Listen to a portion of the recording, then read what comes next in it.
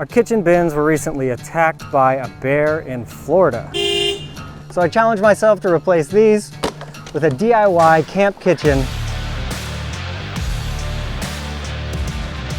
that can stop a bear. I started the design process by consulting the AI gods, but was disappointed. Stuck with my human meat brain and SketchUp, I designed a chuck box that opens on both sides and mimics the dimensions of my fancy new cooler. I didn't have all the details worked out, but it was far enough along to start constructing the innermost layer out of 1/2-inch birch plywood. Using a straight edge and circular saw, I cut some panels, and with a little glue, some clamps, and brad nails, that innermost layer was done.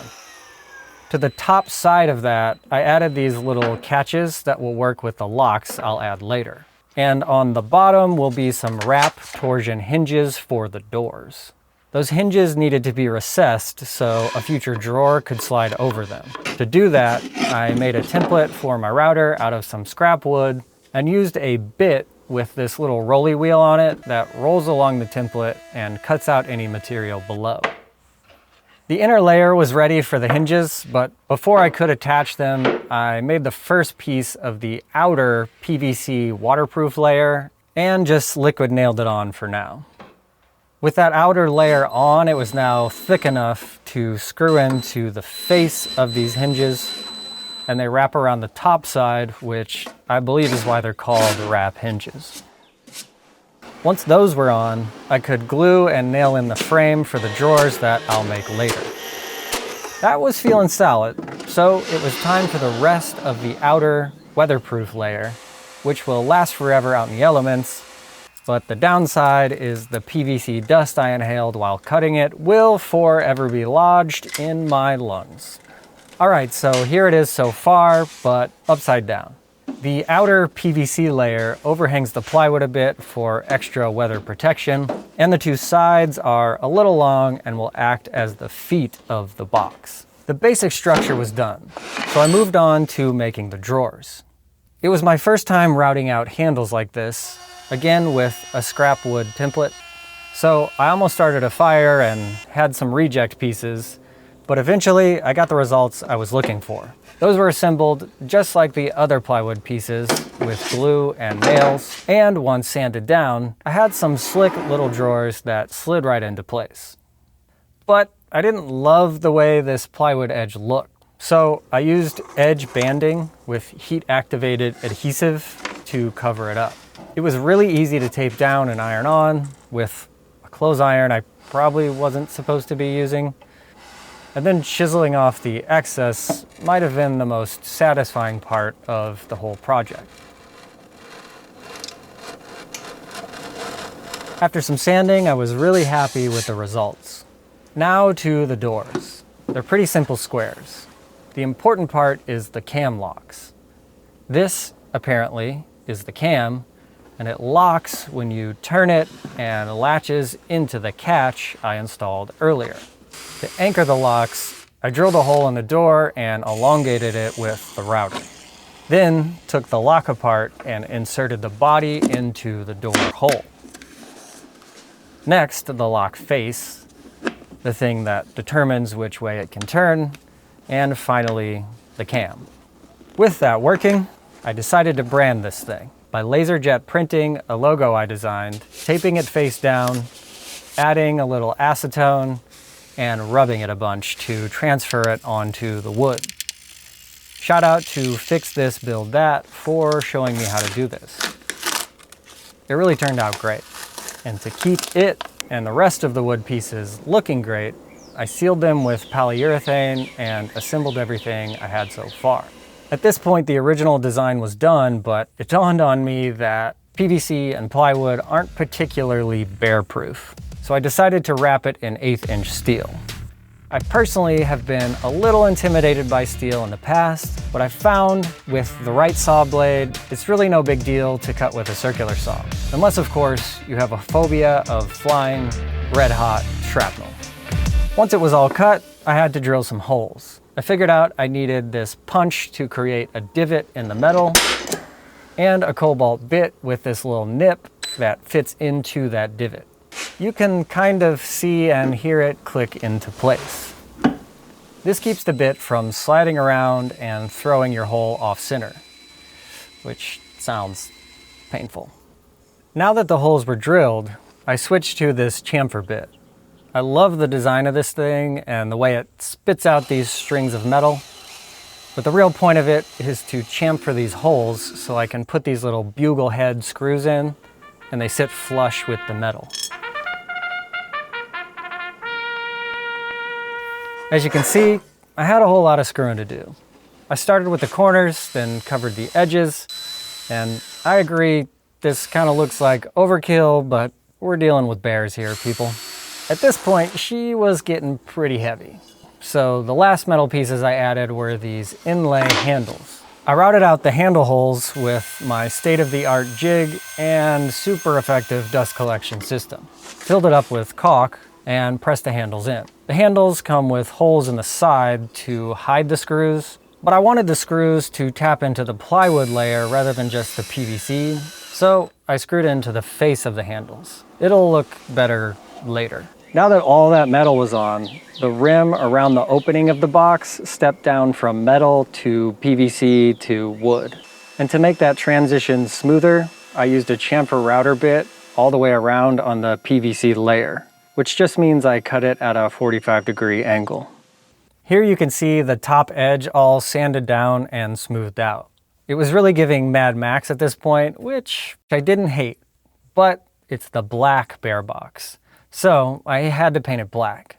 I used truck bed liner to give it a more rugged texture, and I was really getting excited for the end result. But first, a side quest. Adding a trailer hitch to our CRV. I wasn't sure if this was even possible, and I'm no mechanic. So it was scary, dirty, and uncomfortable. But if you can grow accustomed to those things, everything else in life seems a little easier. After a wrench to the face, I installed this beefy cargo carrier. It was pricey, but recommended by Bob, the Gandalf of van life, so I went for it. I dropped on a piece of 3/4-inch plywood, put some Tim Apple radiuses on it, steel to anchor the box and cooler to, and of course truck bed liner for the perfect complement to our new camp kitchen.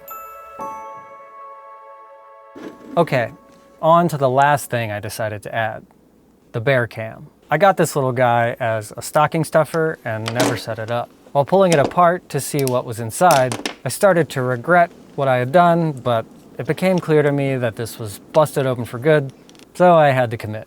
To my surprise, it was still working. So I purchased a soldering iron and temporarily caused more destruction by removing this infrared night mode light. To embed that little guy in the door, I marked a 1-inch circle, routed it out, then drilled a hole all the way through the door for the camera to poke through. After sanding it to a perfect-ish circle and painting it black, I mounted the infrared light with some little baby screws. I attempted to make an acrylic cover for the light by hand, but that didn't work. No! Luckily, I remembered the internet existed, and I was able to buy some pre-cut ones. To hide the infrared light, I also bought some infrared permeable black film. I tried to punch a hole in it, which I guess I technically did, but ended up clamping it between 2 scrap pieces of wood and drilling a hole through that, which gave me a much cleaner result. Then I stuck the clear plastic disc to that, smoothed out the bubbles with a kitchen spatula, and trimmed off the extra material. But before I put that in the hole, I shifted back to the camera. Somewhere along the way, I busted what I believe to be the Wi-Fi antenna. But turns out you can just buy a new, better one and plug it in like a Lego. With that actually working better than before, I made a little makeshift housing for the camera. Used some tiny screws to anchor it to the housing, and some hot glue for the battery. I know it's a little amateur looking, but life hack, call your project a prototype, and no one's allowed to tell you that it's bad. I'll buy a 3D printer soon. Finally, it was time to solder the lights back to the motherboard. I learned that I have extremely shaky hands, but in the end things looked up to code, so I glued in my little lens protector and it really still worked. I can press the little button to turn it on. I can plug it into a battery. The infrared lights are hidden, but light mode still works. So to finish it, I added some weather stripping, drilled holes in the feet which will be used for mounting, and reconnected the doors to the hinges.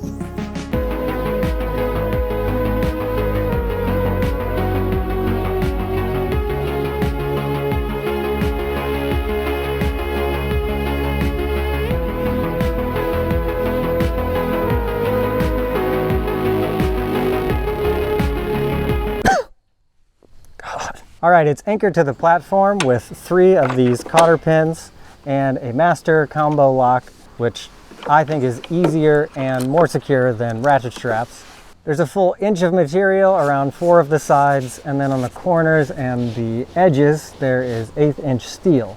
The bottom of both doors are wrapped in steel too, and then they have some really chunky, beefy hinges. Up top is the combo lock, which is not the strongest I've ever seen, and neither is the latch that it attaches to. But the concept here is that a bear's not going to be able to get their large paws up in there, kind of like the handles on the bear boxes in national parks. The little bear cam makes it easy for us to keep an eye on predators approaching, so we know when to jump in the front seat and drive away. Opening it up, we've got weather seal all around. These little boxes make it really easy to pull things out and put them in a bear box if we need to, or in the front seat along with the cooler. You can see here the torsion hinges keep this thing from just flopping open, and it opens on both sides, so we can make a makeshift kitchen in like a Walmart parking lot if we need to, or if we're setting up something longer term, we can swing it out and access everything in the camp kitchen no matter which way it's facing. And it's good. It's a good box. Oh.